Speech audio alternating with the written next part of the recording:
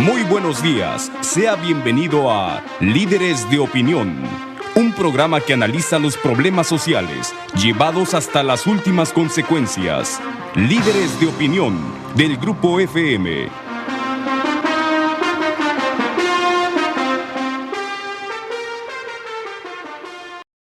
Hola, ¿qué tal? Buenos días.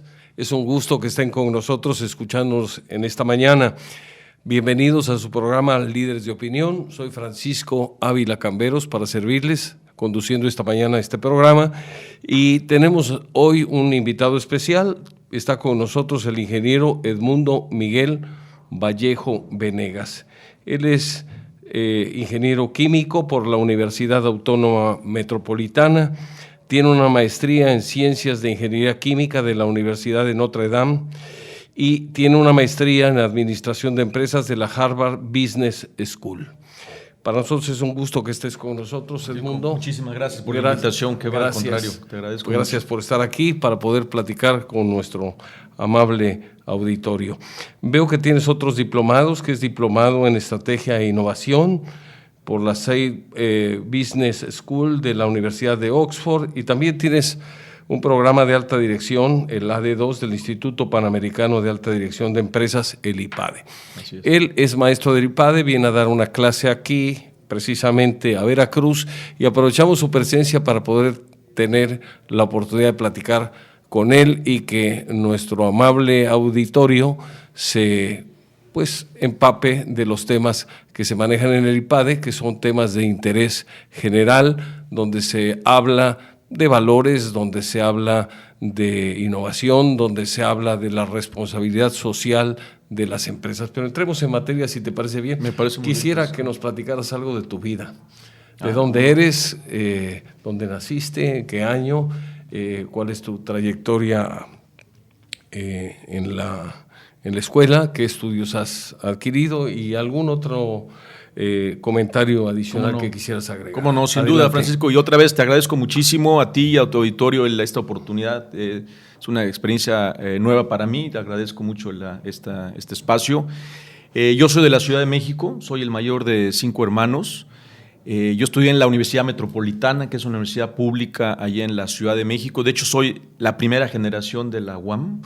Estudié en el campus Iztapalapa y fue muy interesante esa experiencia porque, dado que era una universidad nueva, lo que hizo el gobierno, entiendo que era una respuesta a algunos de los retos que tenía la UNAM, crea la Universidad Metropolitana en 3 campus diferentes en la Ciudad de México, en 3 zonas bastante alejadas dentro de la ciudad, y trae profesores muy prestigiados en los diferentes campus, las ingenierías, las ciencias, matemáticas, física, química, las ciencias sociales también, muy connotados, muy prestigiados, muy importantes.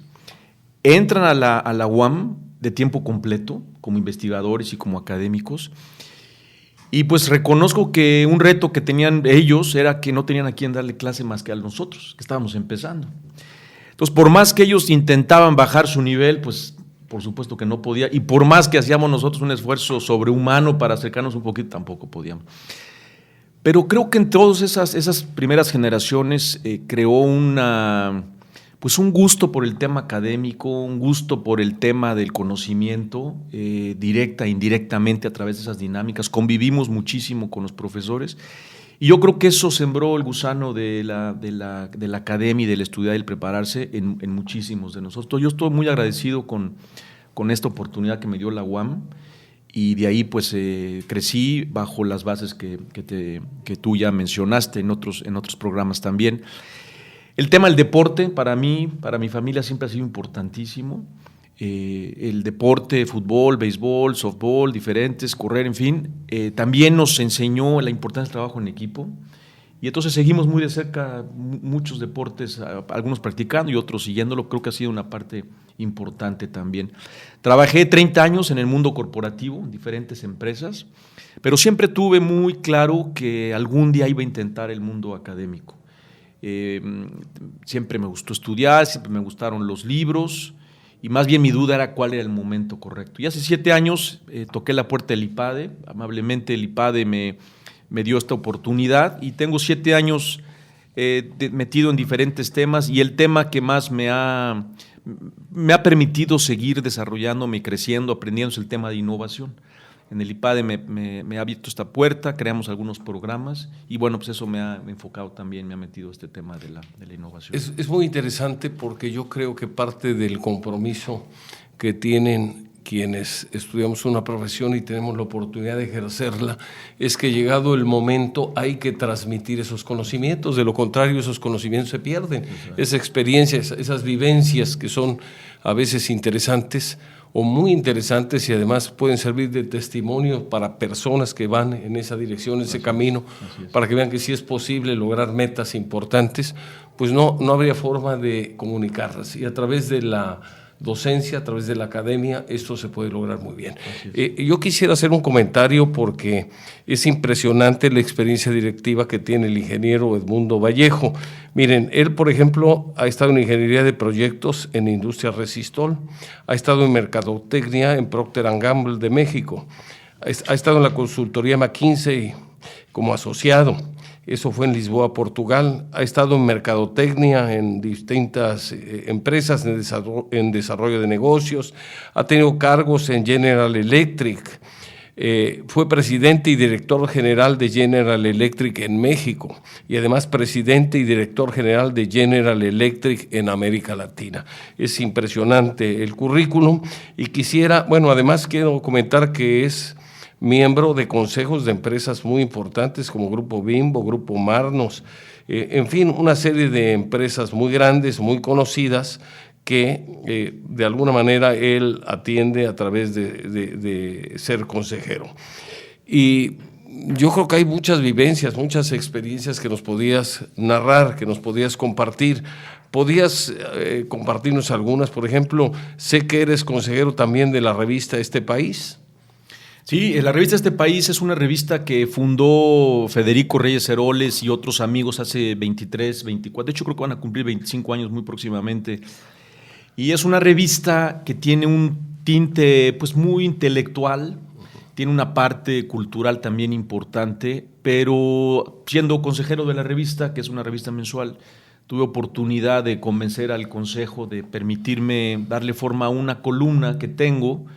Tú no sabrías que es mía, pero yo le puse el nombre e invito a esa columna a escribir autores, hombres y mujeres que están haciendo cosas en materia de participación ciudadana. La columna le llamé Lo que sí podemos hacer. Y el objetivo de esa columna pues es eso, más que escuchar, leer ciudadanos que están haciendo cosas muy importantes. Cosas en el ámbito social, en el ámbito académico, en el ámbito empresarial. ¿Sabes qué? Una variedad muy, muy grande. Hay gente, por ejemplo, he invitado a escribir emprendedores que con enfoque de negocios están haciendo cosas muy interesantes que tienen un impacto en la sociedad pues muy, muy evidente. Te cuento, por ejemplo, esta persona que tengo en mente, Alejandro Cuervo, buen amigo, muchacho joven. Él intentando ayudar a su papá, que es un experto en terapia, pero que estaba muy frustrado porque las enfermeras se iban con mucha frecuencia. Decidió empezar a poner una escuela allá en Puebla, en una zona de muy escasos recursos, y hoy esa escuela está graduando varios miles de enfermeras que vienen de grupos socioeconómicos más bajos, más limitados. Es una carrera, es una licenciatura, necesitas preparatoria, tiene profesores muy interesantes, muy importantes. Están en Puebla, abrieron un campus en la Ciudad de México, por ciertas razones acaban de abrir un campus en Guatemala y está creciendo de una manera muy importante y atendiendo esas necesidades, dándole educación a estas chicas que de otra manera probablemente les costaría más trabajo salir a la vida profesional. Y entiendo, por lo que me platicaba Alejandro, que están cubriendo el país con este tipo de necesidades, como un ejemplo de muchos otros. De muchos otros. Así Vamos a ir a una pausa, si te parece, y regresamos en un momento más a su programa Líderes de Opinión. Estamos entrevistando al ingeniero Edmundo Vallejo Venegas. Continuamos con su programa Líderes de Opinión. Estamos entrevistando esta mañana al ingeniero Edmundo Miguel Vallejo Venegas, quien tiene una experiencia directiva impresionante, grados académicos, y ahorita está dedicado a la academia, a dar clases, a transmitir conocimientos, sobre todo transmitir experiencias y vivencias que creo que son los testimonios que la ciudadanía debe de conocer para que vean que en México, cuando hay voluntad, entusiasmo, decisión, entereza, fe en el futuro, fe en nosotros mismos, sí se pueden lograr cosas impactantes. Continúa, por favor, comentándonos del caso de las enfermeras que... Te decía, este es un grupo que se creó, IPETH, ese es su nombre, las siglas quieren decir algo y el nombre no es nada mercadológico, pero bueno, pues ese es el nombre que le pusieron. Pero esa es una de las historias varias que contamos en esta columna que te mencionaba de participación ciudadana. La columna tiene 3 pilares, Francisco, y estos pilares nos permiten guiar a los autores. Hay cabezas de organizaciones de la sociedad civil, hay empresarios, hay emprendedores, han desfilado una serie de autores interesantes. Tiene tres elementos que me parece que son importantes. El primer pilar es, la columna tiene un toque optimista, vemos el vaso medio lleno. De historias pesimistas y de historias negativas, la verdad, como sociedad me parece que estamos cansados de escuchar eso, y hay muchas cosas muy importantes, muy ricas, muy optimistas que desafortunadamente se pierden en todo lo que está sucediendo en nuestro país. Entonces la columna tiene esa mirada de vaso medio lleno. Número 2 es vivencial. Esta no es una columna que te cuenta lo que otros están haciendo o lo que leí en un libro. Es una columna que te cuenta lo que el autor o la autora están haciendo sin nunca haber pensado participación ciudadana. Pero lo que están haciendo tiene un impacto en la sociedad, en su núcleo, me parece muy valioso, muy importante. Número 2. Y número 3, el tercer pilar es te invita a la acción. Te invita a la acción en el sentido de que tú lees la columna, está escrita de una manera bastante aterrizada, bastante plana. Tú lees la columna y la intención es que decidas hacer algo, buscar hacer algo desde el punto de vista de participación ciudadana. Me parece que una cosa dramática en nuestro país es la poca participación ciudadana. Es muy interesante porque, producto de algunas de las empresas que tú mencionaste, tuve oportunidad de trabajar en los Estados Unidos. Y yo recuerdo muy bien que el primer lunes llegué a trabajar y me preguntaron mis colegas ahí en Estados Unidos, me dicen, oye, ¿qué hicieron ustedes, tu familia, el fin de semana? Tengo 32 años de casado, tenemos 2 hijas. ¿Qué hicieron el fin de semana? Entonces mi respuesta fue típica respuesta en nuestro país, que fue, pues mira, el fin de semana fuimos a comer y fuimos a ver una película. Y entonces yo les pregunté por cortesía, les dije, bueno, ¿y ustedes qué hicieron el fin de semana? Y entonces me dice uno, pues mira, nosotros corrimos en esta carrera para recolectar fondos para la fundación no sé qué, y fuimos a pintar una casa, y fuimos otros a construir algo. Y el siguiente lunes, misma pregunta, misma dinámica. ¿Tú qué hiciste? Pues fuimos al cine y fuimos a comer, no conozco a nadie. ¿Ustedes qué hicieron? Y otra vez, para el tercer lunes, Francisco, me di cuenta que o le entraba este tema de participación ciudadana, que es muy de la cultura americana, o no íbamos a podernos integrar en él. Y estuvimos ahí varios años. Más de 85% de la sociedad en los Estados Unidos participa en una u otra manera en organizaciones de la sociedad civil, más del 85%, que uno podría pensar, yo podría pensar, un país rico, un país que tiene progresos muy evidentes, pues ya qué necesidad. En México menos del 15% participa en temas de ciudadanía, en temas cívicos. Buenos amigos, el ingeniero Arturo Zapata, que arrancó esta organización que se llama Más Ciudadanía, junto con Lorenzo Servidje, por ejemplo, pues me han ido empujando, me han ido enseñando la importancia de la participación ciudadana, y me parece que es muy importante ese granito de arena, ¿no? Yo creo que el país ya necesita dar un brinco hacia adelante, este concepto de si yo estoy bien y mi familia está bien, lo demás no importa. Yo creo que ya no necesitamos dar un paso para adelante en ese tema de participación ciudadana. Yo creo que esta es una vivencia que nos comunicas o que nos comentas o que nos compartes, que puede ayudarnos a abrir los ojos y entender que no podemos dejar todo en manos del gobierno. Tenemos que participar. Hay por ahí una teoría muy interesante que dice necesitamos menos gobierno y más ciudadanía. En la medida que el ciudadano participe, y participe en serio, con pasión, con una visión, una generosidad para buscar lo mejor para México, yo creo que se van a lograr todos esos cambios que el país necesita. Sin lugar a duda. Yo coincido plenamente contigo. hay varias cosas interesantes, la capacidad que tiene el mexicano también para adaptarse. Tú hablas de que vas allá y te das cuenta que o te adaptas y lo logras. Inclusive el mexicano que aquí no respeta las señales de tránsito va del otro lado y se comporta bien. Entonces, si tenemos esa habilidad para cambiar y cambiar positivamente para mejorar, ¿por qué no lo aplicamos aquí? ¿Cuál es tu opinión?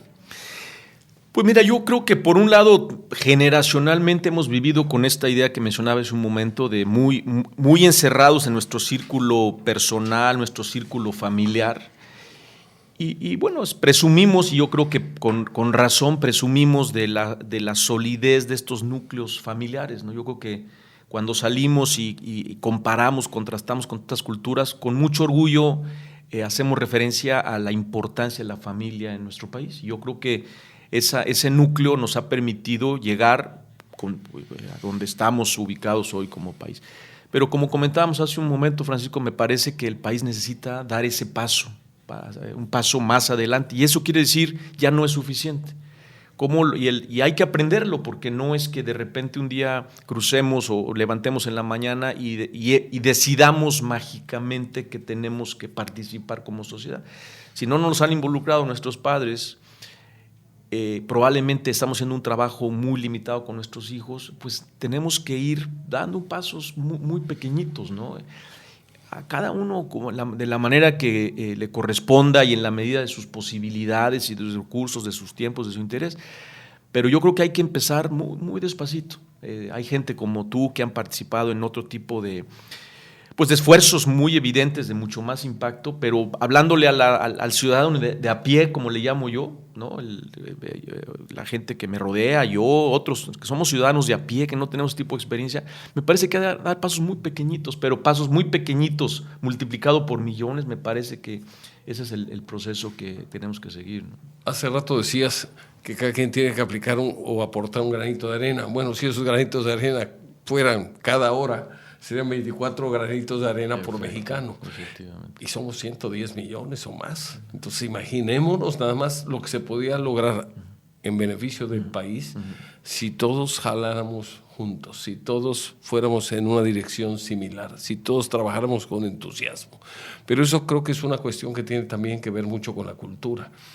En otros países el trabajar es un honor, digamos, por ejemplo, Japón es una responsabilidad, es un honor, es una satisfacción. Y muchas veces en países latinoamericanos hay la cultura todavía, lamentablemente, que dice que el trabajo es un castigo, y tan es un castigo que hasta pagan por hacerlo. Entonces, mientras no cambiemos esa mentalidad, yo creo que no vamos a poder salir del subdesarrollo. Pero, en fin, venimos a hablar de cosas positivas. Platícanos qué otras cosas o en qué otros aspectos puede haber mejoras en relación con las experiencias que tú hayas tenido en tu trabajo en el extranjero, para poder ver qué podemos innovar, qué podemos hacer aquí para salir adelante y resolver muchos de los grandes problemas y grandes retos que tenemos en México. Claro. Pues mira, yo creo, Francisco, otro elemento que me parece que es muy interesante, producto de lo que me ha tocado vivir y las 3 veces que he trabajado, es el tema de la autoconfianza. Me parece que el nivel que tenemos de talento, en muchos aspectos, el nivel que tenemos de talento, desde el punto de vista técnico, ingenieril, mano de obra, me parece que en muchísimos aspectos puede competir con muchos lugares en el mundo, no solamente con nuestros vecinos, en el mundo. Tengo un buen amigo, un muchacho joven que trabaja en California en una empresa muy conocida, en estas empresas de alta tecnología, y me decía él hace 3 o 4 días, y él tiene 27 años, me decía, me impresiona el nivel técnico, el nivel ingenieril de todos esos mexicanos que están trabajando en esa zona en la cual él vive. Yo creo que tenemos también que crear ese nivel de autoconfianza. Yo creo, dijiste una palabra muy importante, Francisco, hace un momento, el tema cultural.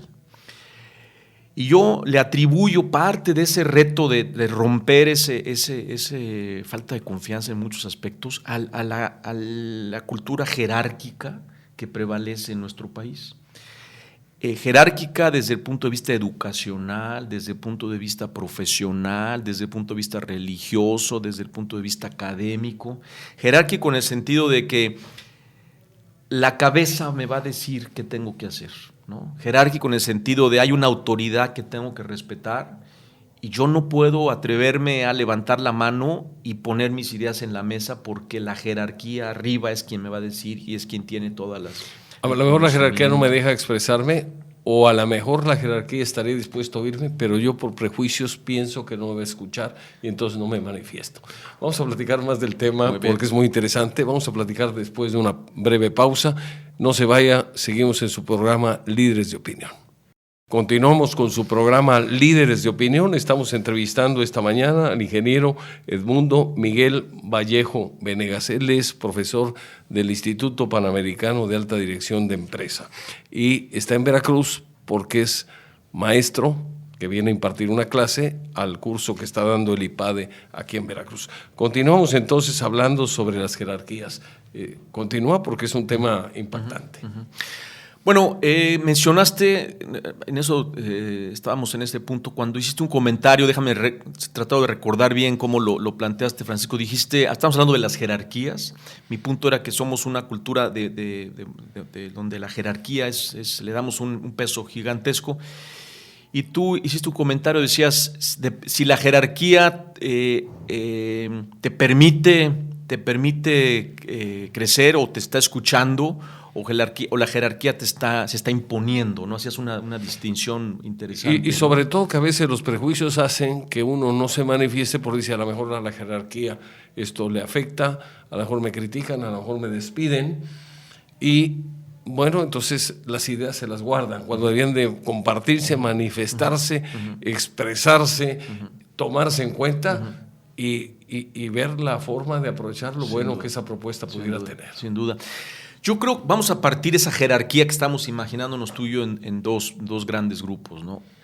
Yo creo que la minoría de esa jerarquía es la que tú describes, que es la jerarquía que está dispuesto a escuchar, pero la parte de la gente que está trabajando con ellos no se atreve, porque no sabe adivinar cuál va a ser la reacción de esa jerarquía. Yo creo que la mayoría, mi opinión, la mayoría en México en los diferentes aspectos, no está dispuesto a escuchar. A mí me parece que en muchos aspectos, muchos ejemplos, esa jerarquía importante en los diferentes campos en los que se mueve, no está dispuesto a escuchar, no le gusta, no se siente incómodo con alguien que levanta la mano y le dice, oye, no estoy de acuerdo, tengo una mejor idea, o por qué nos vamos por allá, ¿no?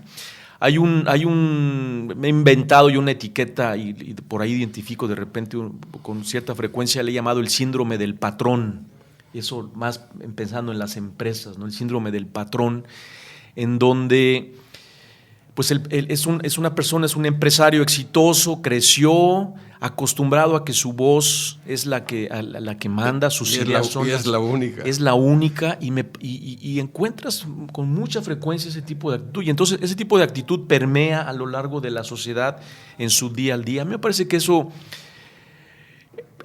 es muy, muy, muy rico, muy valioso esa aportación que han hecho desde el punto de vista empresarial, pero también me parece que nos detiene mucho, fomenta poco la intervención de los muchachos jóvenes que están empezando, ¿no? Yo creo que hay que ir rompiendo ese elemento cultural, porque ese elemento cultural, esa parte jerárquica, es una barrera a la innovación que preguntabas hace un momento. La innovación requiere una cultura, un espacio en donde todos somos bastante iguales, jerárquicamente hablando, en donde las opiniones de cada uno cuentan.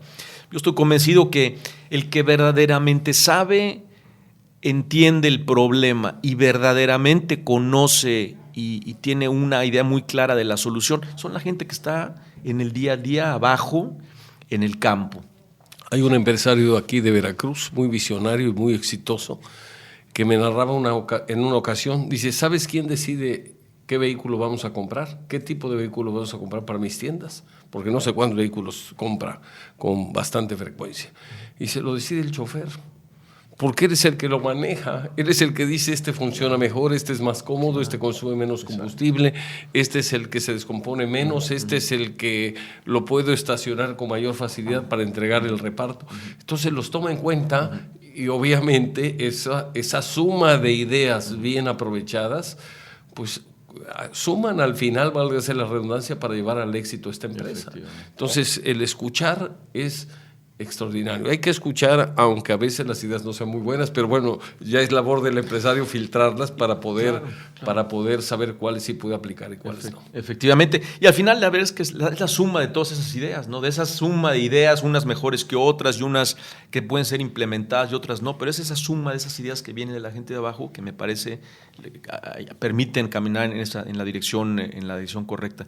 Y hay otro elemento, me parece muy importante, Francisco, en el tema cultural, que es como que también nos detiene a crecer como empresas, como empresarios en muchos aspectos alrededor del tema de innovación, que es el miedo a fracasar. El tema de innovación requiere atrevernos a probar, a fallar, a cometer errores, a aprender de esos errores, y en base a ese esfuerzo circular de prueba y error y de mejora y trato, pues es que las cosas van cambiando y van mejorando, los productos, los procesos, las ideas. Pero otra vez en nuestra cultura castigamos el fracaso.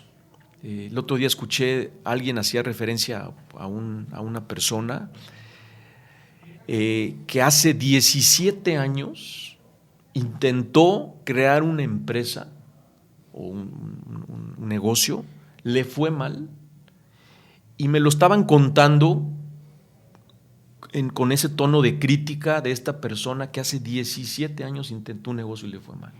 Y hoy se dedica a otra cosa.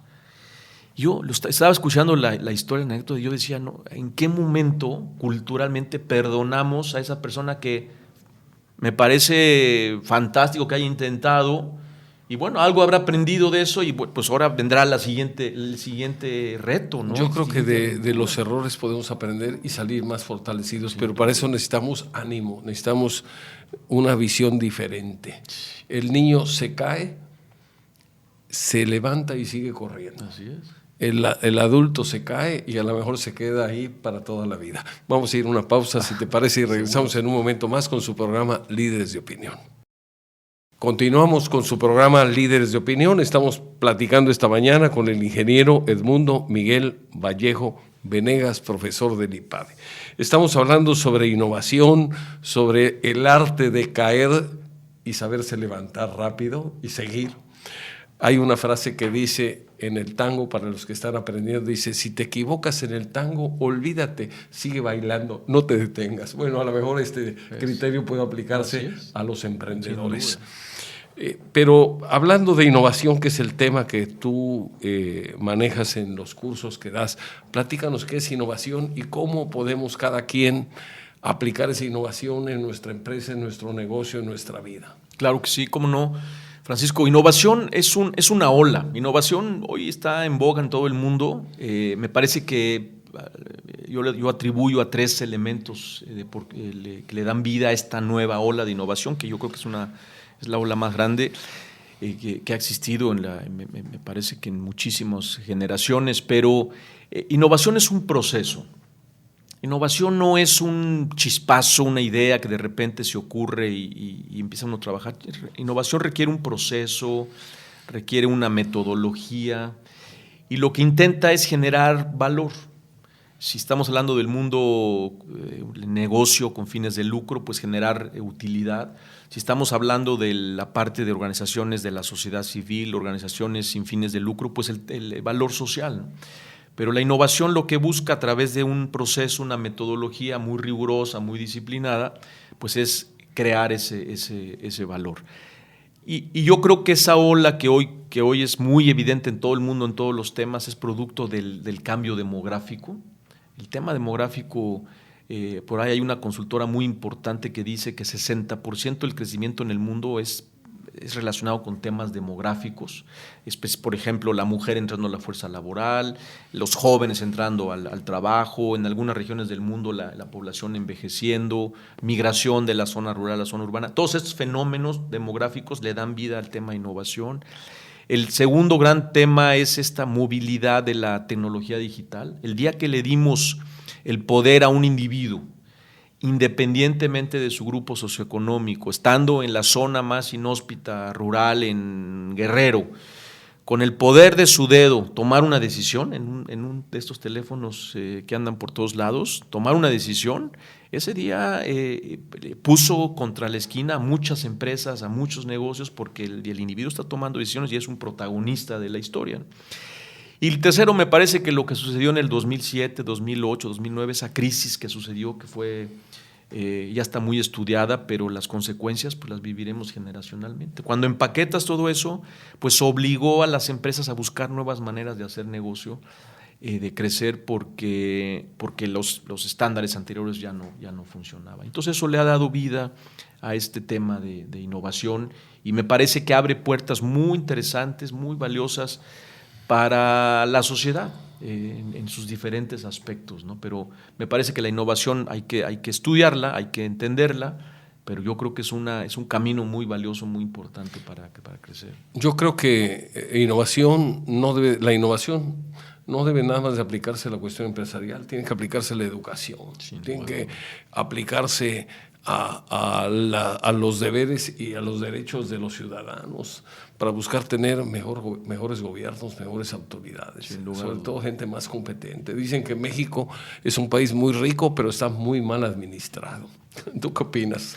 Bueno, a tu primer punto yo coincido totalmente. Yo creo que en el tema académico, el tema de educación, no necesariamente va moviéndose en todo el mundo, va moviéndose a la misma velocidad, al mismo ritmo que el mundo, vamos a decir, tecnológico, del mundo de cambio, de cambios se está moviendo. Ese mundo se está moviendo rapidísimo, un montón de temas, industrias, tecnologías, y el mundo académico en sus diferentes facetas pues va moviéndose, va intentando encontrar cuál es esa manera, esa metodología de comunicar a sus diferentes niveles el conocimiento, ¿no? La tecnología está retando a la academia, las nuevas generaciones están retando a la academia, la velocidad y los tiempos son distintos, y eso me parece que crea un reto muy importante para el mundo académico, ¿no? Muy bien, porque el mundo académico no solamente debe forjar buenos científicos, buenos profesionistas, también buenos ciudadanos. Y a veces eso se olvida,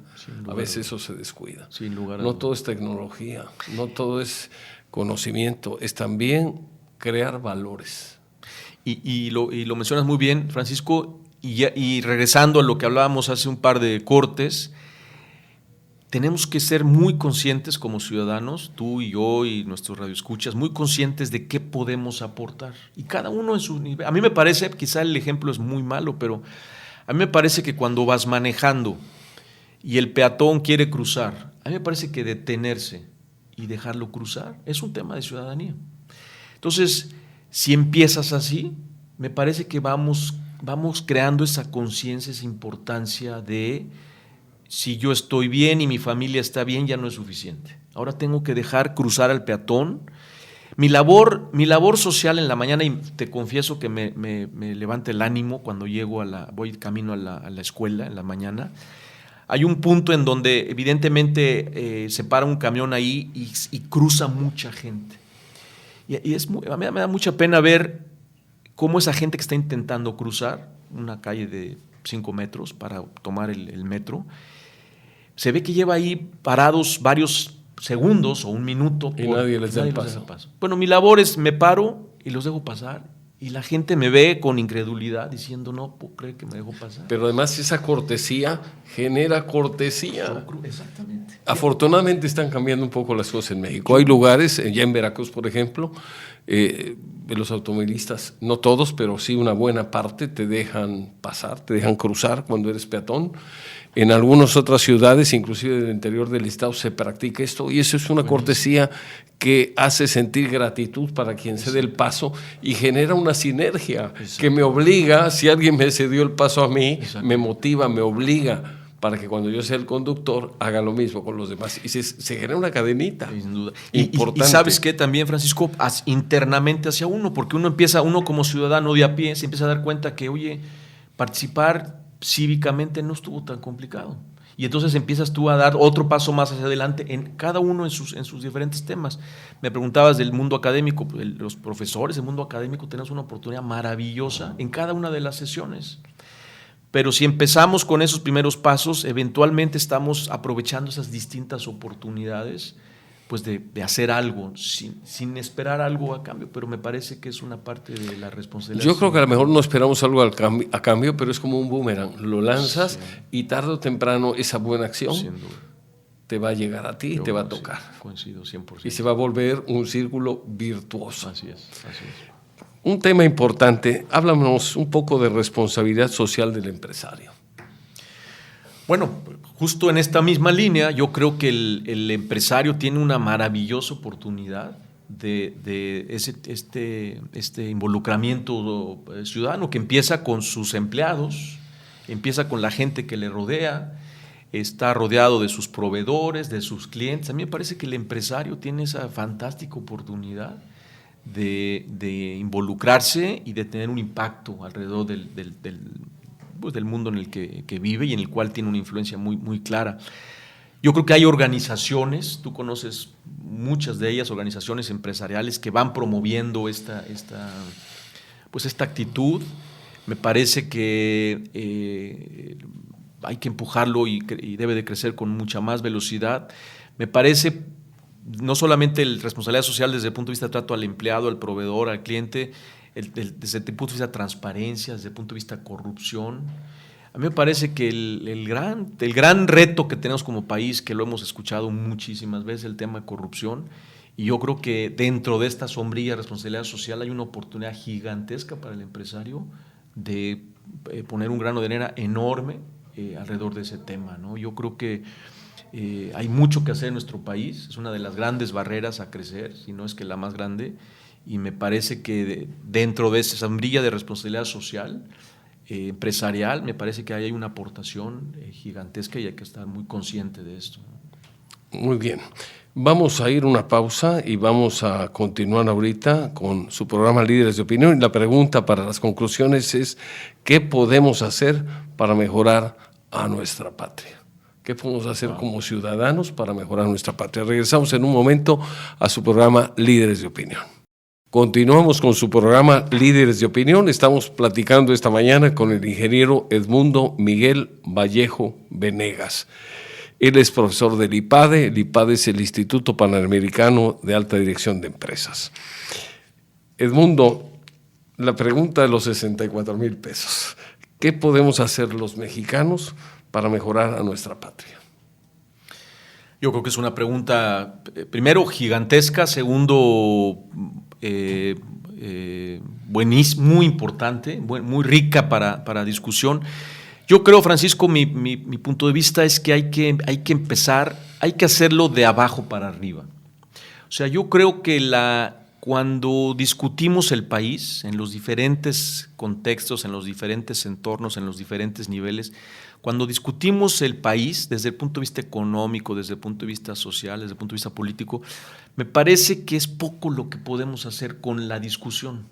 Me parece que cada uno toma su posición, pero al final de esa conversación yo he llegado a la conclusión de que no va a pasar nada. Después, cuando lo bajo y digo, bueno, ponerme en los hombros el peso del país es demasiado para cualquier individuo.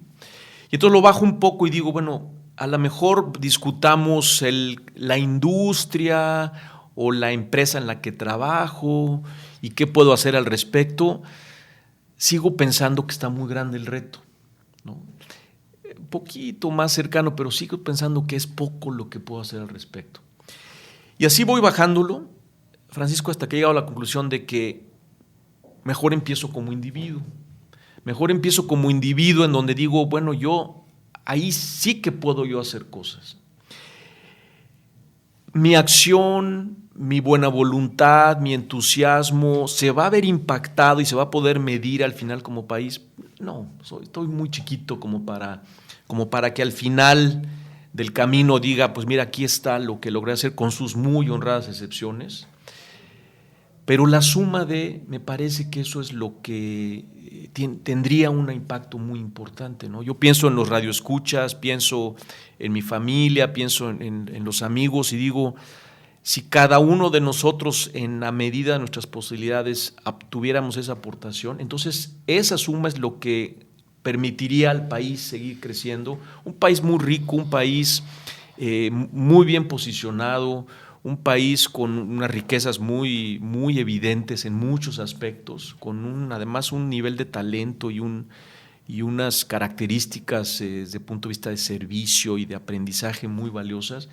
Y yo creo que en esa medida en la que individualmente vayamos haciendo un poquito mejor y participando un poco mejor, en esa medida podremos ayudar a mover el país en la dirección que queremos todos moverlo. Esto es un reto enorme, como tú dices, pero también es responsabilidad de todos. Si 110 millones de mexicanos decidimos cambiar, mejorar un poquito, decía por ahí Miguel Ángel Cornejo, si todos mejoramos el 1% al día, 1%, en un año seríamos 365% mejores. Así es, muy cierto. O sea que finalmente la suma constante, digo, y se ve, por ejemplo, que es una gota de agua en comparación con una piedra, nada, pero una piedra, por muy dura que sea, recibiendo la gotita constante todos los días, durante semanas, meses o años, llegan a perforar la piedra, a pesar de su dureza y a pesar de la insignificancia de la gota de agua. Así es.